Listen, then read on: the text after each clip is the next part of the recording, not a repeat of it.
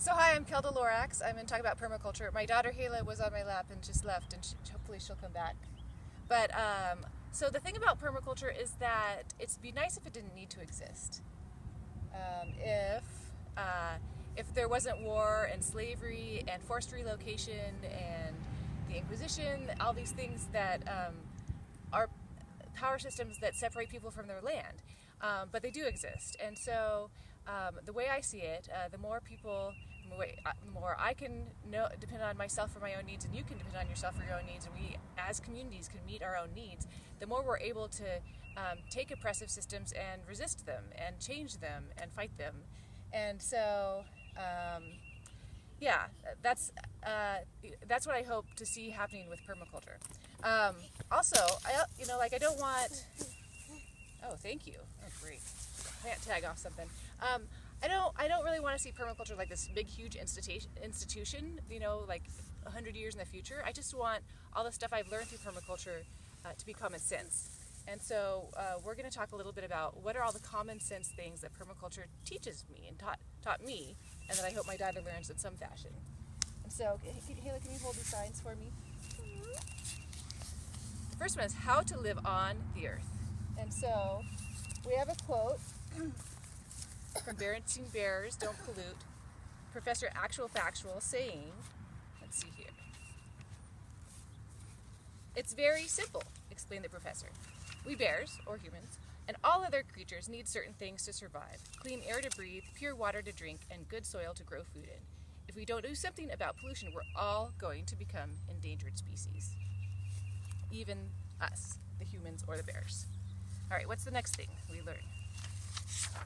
It's important to know the land. So I'm not sure if you guys can hear birds in the background, but we hear them. And I for sure know that they know us. I mean, we live here, we're outside all the time. Do we know them? And so how is that relationship actually one that's mutual and loving? And so we have a quote from Chief Seattle. I know the sap that courses through the trees as I know the blood that flows in my veins.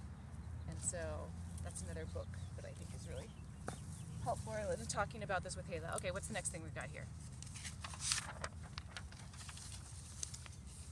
Long-term thinking. All right, can you hold that again? Can you keep holding it? I'm holding it up. You're holding it well? Okay. So this is not the official Lorax book, it's a spin-off, but these are natural resources, and there is a limit to how much of them our whole Earth has in it. We need to use less, and I just have to say, there are ways to use less energy every day.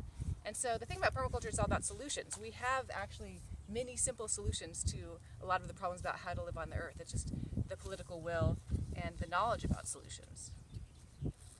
What's the next one, Hayla? Let's see here. How to take care of our needs. So in a previous shot, Hayla was eating some chickweed that we found. Do you like eating chickweed? Can you find it on your own? She said she's shy before we started the video, so there's that too. But what should we eat? What comes from our local resource base that will provide us nutrition? How do we drink water? How do we build? Things like that. How to be with other animals. Okay, I've got another little book to share here. Can you hold the sign, please? So Horton here's a who. This is a picture of Whoville, and I like to think of the soil as actually like Whoville, because a person's a person no matter how.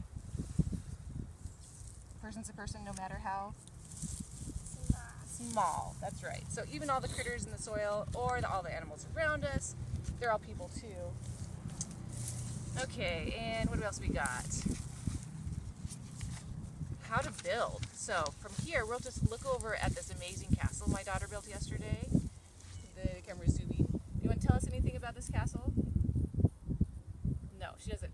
But she has a kitchen in there and a ladder, and she's facing due south. Amazingly enough, that was just coincidence. But there's hot spots and there's cold spots, right? She's nodding. Well, anyway, and whether it's building structures or building gardens or building water systems, how do we put all those pieces in place within one system to know where the sun is and where the wind is and what's the best soil and things like that. So, what's this next one? I forgot. What wastes fit into a system? So certain wastes are natural and they fit into systems, and some wastes just overload systems. So remember in the Lorax, the Onceler, the sloppity slop and the gloppy glop? Yeah. Were the humming fish able to sing with the gloppity glop in their gills? So that's not a good waste in the system. You have to read the Lorax if you haven't yet to get that reference, but I assume you will. And it's in a movie. And there is a Lorax movie too. How to be a human. So we didn't bring a picture out for this, but we like to watch. That this has to do with like all the invisible structures and social systems that you'll be learning in this permaculture course. But how to be a decent human to other people. And so sometimes we watch the little video about the snail and the caterpillar. It's called "Sometimes You're a Caterpillar." And sometimes you're a snail. And what does that mean? What does the snail have that the caterpillar doesn't have? A shell. A shell. And so you don't know what it's like to be in another person's shoes or their shell, and you just you have to assume that you don't know what it's like to be in another person, and so you have to ask questions and be kind. All right, and then I think that's it. So we're going to close just with where the Lorax is, and unless someone like you cares a whole awful lot, things are just not going to get better. They're not. Do you have anything else to say?